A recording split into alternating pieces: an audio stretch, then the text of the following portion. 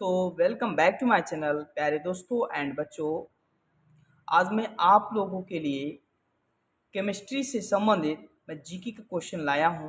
और जितने भी क्वेश्चन इस पेपर में आपको दिखेंगे सभी क्वेश्चन आपकी सरकारी एग्ज़ामों में पूछे भी गए हैं और पूछे भी जाएंगे। तो चलिए मैं आपको दिखाने वाला हूं कि किस तरह से क्वेश्चन आपके सरकारी एग्ज़ामों में पूछे जाते हैं।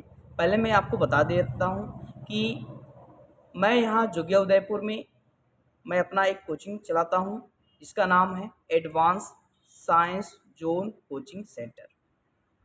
कहाँ पर है? जोगिया उदयपुर। तो प्यारे दोस्तों भाइयों, आप मेरा सपोर्ट करें और इस वीडियो को अधिक से अधिक बच्चों के बीच में शेयर करें।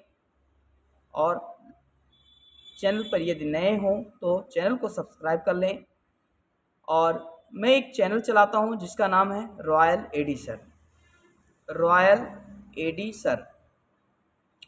तो दोस्तों चलिए हम लोग देखते हैं। देखिए, रसायन विज्ञान से संबंधित जितने भी क्वेश्चन आपके हैं इसमें सब रसायन विज्ञान से संबंधित हैं। और रसायन विज्ञान किसे कहते हैं इसकी परिभाषा मैं आपको बता देता हूं। रसायन विज्ञान विज्ञान की वह शाखा है जिसके अंतर्गत रासायनिक पदार्थों का वैज्ञानिक अध्ययन किया जाता है। ठीक है, या रासायनिक पदार्थों का अध्ययन किया जाता है। यहाँ पर थोड़ा सा त्रुटियां हैं, इसको हटा सकते हैं।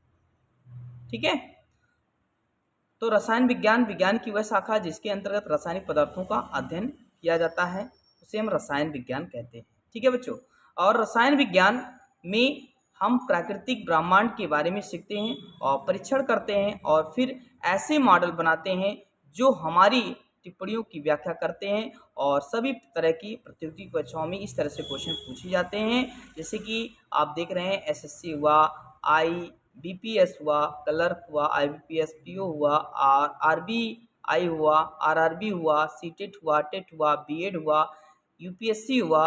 ये सभी सरकारी एग्जामों में क्वेश्चन पूछे जाते हैं। तो यदि आप इस चैनल पे नए हो तो चैनल को सब्सक्राइब कर लें और बेल आइकन बटन दबा लें। और ये वीडियो खास करके मैं बच्चों के लिए ही बनाता हूँ और जो तैयारी कर रहे हैं उनके लिए। यदि आप हमारा सपोर्ट करेंगे तो इसी तरह से मैं वीडियो डेली में बना सकूँगा और मैं आपके लिए मेहनत कर सकूँगा। तो प्यारे दोस्तों बच्चों, चैनल को ज़रूर सब्सक्राइब कर लें। देखिए, रसायन विज्ञान से संबंधित प्रश्न पूछे जाते हैं इसमें, है ना। और केमिस्ट्री के सभी महत्वपूर्ण प्रश्न यहाँ लिस्टेड हैं। जैसे कि आपको यहाँ पहला क्वेश्चन दिया गया है, वे पदार्थ जिनके स्वाद खट्टे होते हैं। ये क्लास 10th में भी आपको बताया गया होगा और क्लास 8th में भी बताया गया होगा कि वे पदार्थ जिनके स्वाद खट्टे होते हैं और जो नीले लिटमस के घोल को लाल कर देते हैं। वे पदार्थ जिनके स्वाद खट्टे होते हैं और जो नीले लिटमस के घोल को लाल बना देता है वो कौन सा पदार्थ कहलाता है? अम्ल कहलाता है, या लवण कहलाता है, या भस्म कहलाता है, या तो क्षारक कहलाता है। इसमें आपको 4 ऑप्शन दिए गए हैं और चारों में से केवल आपका एक ही ऑप्शन आपका सही है। तो चलिए हमको आप बताइएगा कि इसका आंसर क्या होगा। मैं आपके लिए 5 सेकेंड दे रहा हूँ टाइम। चलिए, इसमें पहला ऑप्शन है अम्ल, दूसरा लवण, तीसरा भस्म और डी आपका क्षारक। तो इसका आंसर जो होगा अम्ल होगा। क्या होगा? अम्ल, जिसको हम एसिड बोलते हैं। तो अम्ल वे पदार्थ होते हैं जिनका स्वाद खट्टा होता है और जिनको जली विलयन में घोलने पर वो नीले लिटमस पेपर को लाल कर देता है। ठीक है, तो ये आपका पहला क्वेश्चन था। चलिए दूसरा क्वेश्चन आपका है यहाँ पर दूसरा क्वेश्चन, नमक के घोल में सिल्वर नाइट्रेट का घोल डालने पर दही जैसा पदार्थ उत्पन्न होता है, यह कौन सी अपक्रिया है?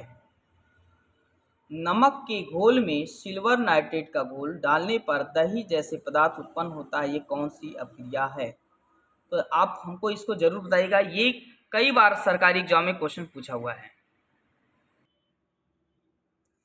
हाँ, आपका जो दूसरा क्वेश्चन है इसका आंसर जो होगा वो आपका क्या होगा, बी होगा। उदासीनीकरण होगा, क्या होगा, नमक के घोल में सिल्वर नाइट्रेट का घोल डालने पर दही जैसे पदार्थ उत्पन्न होता है, ये कौन सी अपक्रिया होगा, उदासीनीकरण अपक्रिया होगा। ठीक है, चलिए आपका तीसरा क्वेश्चन है। तीसरा क्वेश्चन है, किसी रासायनिक अपक्रिया में ऑक्सीजन के अनुपात का बढ़ना क्या कहलाता है। Very very important question. ठीक है, आपका जो ये क्वेश्चन है बहुत ही इंपॉर्टेंट है, आपके क्लास 10th और 11th 12th दोनों को क्लासों में क्वेश्चन पूछे जाते हैं। तो इसमें पहला जो ऑप्शन दिया है अपचयन अपक्रिया, दूसरा उपचयन अपक्रिया, और आपका जो तीसरा है ऊष्माशोषी अपक्रिया, जो डी है विस्थापन अपक्रिया।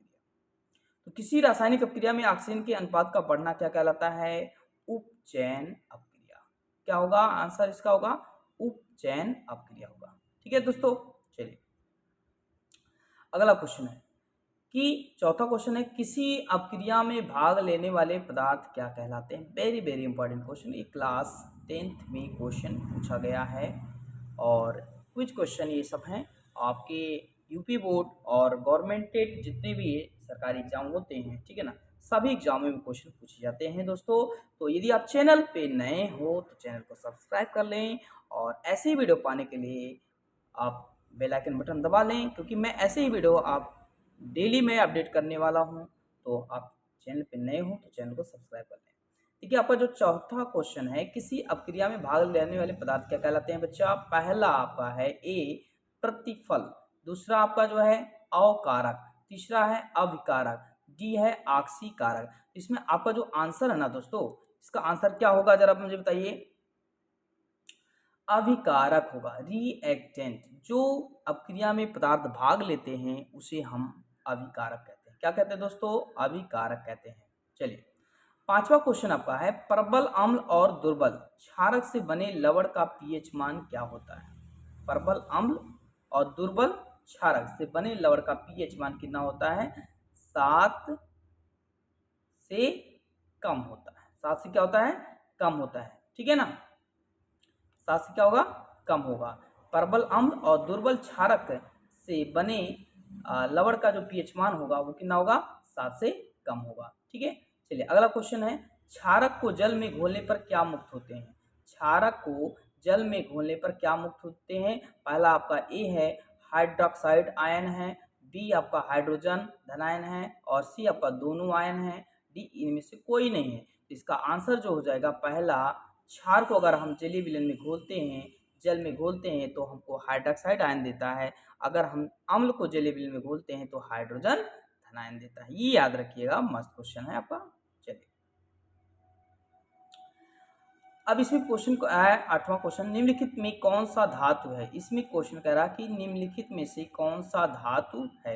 पहला है कार्बन, पहला कार्बन है, दूसरा सोडियम है, तीसरा एल्युमिनियम है, चौथा क्या है, कैल्शियम है। तो इसमें से कौन सा आपका आंसर रहेगा, चलिए हमको बताइएगा। बहुत अच्छा क्वेश्चन है, ये बहुत ही आसान क्वेश्चन है दोस्तों। तो ये क्वेश्चन आपके पेपर में उसमें भी पूछा जाता है, ठीक है ना। तो इसमें आपका आंसर क्या हो सकता है,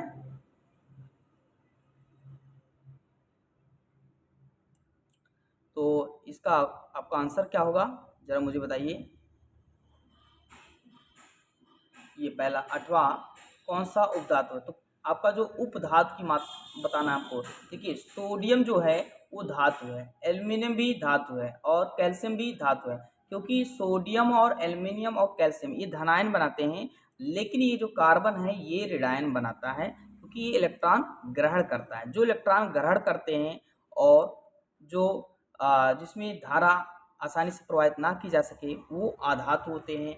तो ये हमारा जो कार्बन होगा क्या होगा, आधातु होगा। क्या होगा, आधातु होगा। ठीक है दोस्तों, चलिए इसके बाद 9वां क्वेश्चन आपका है, निम्न में से कौन सा उपधातु है। निम्न में से कौन सा उपधातु है, तो बहुत अच्छा क्वेश्चन है। निम्न में से कौन सा उपधातु है, ये 2019 में सरकारी एग्जाम में पूछा भी है। तो देखिए जिंक Zn जो है हमारा, Zn जो हमारा है वो आपका एक मेटल से धातु है, ठीक है। लेकिन कैल्शियम, कैल्शियम भी एक धातु है। जर्मेनियम ये तो हमको नहीं लगता है। कार्बन एक आधातु है, ठीक है। तो इसमें से आपका कौन सा माना जाएगा? जब ये दोनों, देखो ये दोनों आपके क्या हो गए? मेटल्स हो गए, धातु हो गए, और ये आपका क्या हो गया? नॉन मेटल्स, जिसको अधातु बोलते हैं। तो ये आपका आंसर कौन सा माना जाएगा? सी। सी आपका जो होगा उपधातु होगा। क्या होगा बच्चों? उपधातु होगा दोस्तों। चलिए, खाद्य पदार्थ के डिब्बों पर जिंक के बजाय टिन का लेप होता है, क्यों? क्योंकि जो टिन होता है वो कम क्रियाशील होता है। क्या होता है? कम क्रियाशील होता है, और ये जो होता है जिंक जो होता है वो ज्यादा क्रियाशील होता है। तो इसमें कौन सा आपका आंसर? देखो, टिन की अपेक्षा जिंक कम क्रियाशील होता है। नहीं, जिंक जो होता है वो ज्यादा क्रियाशील होता है। जिंक जो होता है ज्यादा क्रियाशील होता है, और जो टिन होता है वो कम क्रियाशील होता है। ठीक है, तो टिन की अपेक्षा जिंक का गलनांक अधिक होता है, ये भी नहीं हो सकता। टिन की अपेक्षा जिंक महंगा होता है, ये भी नहीं हो सकता। टिन की अपेक्षा जिंक अधिक क्रियाशील है। तो जो धातु ज्यादा क्रियाशील होते हैं, ठीक है ना, जो ज्यादा धातु क्रियाशील होते हैं उनको लेप नहीं चढ़ाया जाता है, क्योंकि वो मूर्छा पड़ने लगते हैं। ठीक है, तो इसी कारण तो ये जो होता है टिन जो होता है बहुत कम क्रियाशील होता है, ये जल्दी क्रिया नहीं करता है, इसलिए हम लोग जिंक के बजाय टिन का लेप लगाते हैं। ठीक है दोस्तों, चलिए अगला क्वेश्चन आपका है ग्रामर क्वेश्चन। कौन सा विद्युत का सर्वोत्तम सुचालक है? सुचालक मतलब जिसमें हम धारा आसानी से प्रवाहित कर सके। ठीक है, ठीक है, तो चलिए कौन सा विद्युत का सर्वोत्तम सुचालक है? कॉपर, Ag चांदी, Al एल्यूमिनियम, Fe आयरन। तो इसमें आपका देखिए सभी ये चालक हैं, कॉपर भी है, चांदी भी है, एल्यूमिनियम भी है, Fe है, लेकिन सबसे ज़्यादा चालक कौन सा होगा? आपका आंसर होगा Ag। तो चांदी होता सिल्वर, वो बहुत ही ज़्यादा सुचालक होते हैं। चलिए अगला जो है, निम्नलिखित में से कौन सा उपधातु है? ये Fe, ये तो धातु है, कॉपर भी धातु है, निकिल भी धातु है, ये Sb जो होता है एंटीमनी बोलते हैं, ये आपका उपधातु है। क्या दोस्तों? उपधातु है। ठीक है, चलिए इसमें 13वां क्वेश्चन आपको कह रहा है पीतल है। पीतल क्या है? पीतल क्या है? धातु, उपधातु, मिश्र धातु, उपधातु है। तो जो पीतल है आपका मिश्र धातु है। क्या है? मिश्र धातु है। ठीक है दोस्तों, चलिए निम्न में से कौन सा पदार्थ ऑक्सीजन में संयोग नहीं करता है? निम्न में से कौन सा पदार्थ ऑक्सीजन से संयोग नहीं करता? बहुत ही अच्छा क्वेश्चन आपका है ये।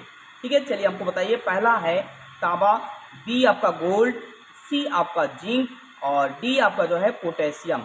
तो दोस्तों इसमें से आपको कौन सा आंसर रहेगा सही? चलिए मैं आपको बताता हूँ। जो गोल्ड होता है वो गोल्ड जो है ऑक्सीजन से संयोग नहीं करता है, ये ऑक्सीजन से बिल्कुल संयोग नहीं करता है, ये इसकी क्रियाशीलता कम होती है। ठीक है ना, इसलिए सोने पे कभी मूर्छा नहीं लगता है। तो दोस्तों ऐसे ही वीडियो पाने के लिए हमारे चैनल को सब्सक्राइब कर लें, और अधिक से अधिक दोस्तों और छोटे बच्चों के बीच में और अपने भाइयों के बीच में ज़रूर शेयर करें। और आपके प्रेम से ही आपका, यदि आपका आशीर्वाद मिलता रहेगा तो मैं वीडियो अधिक से अधिक बनाता रहूँगा और आपके लिए कड़ी से कड़ी मेहनत करता रहूँगा। Thank you for watching video.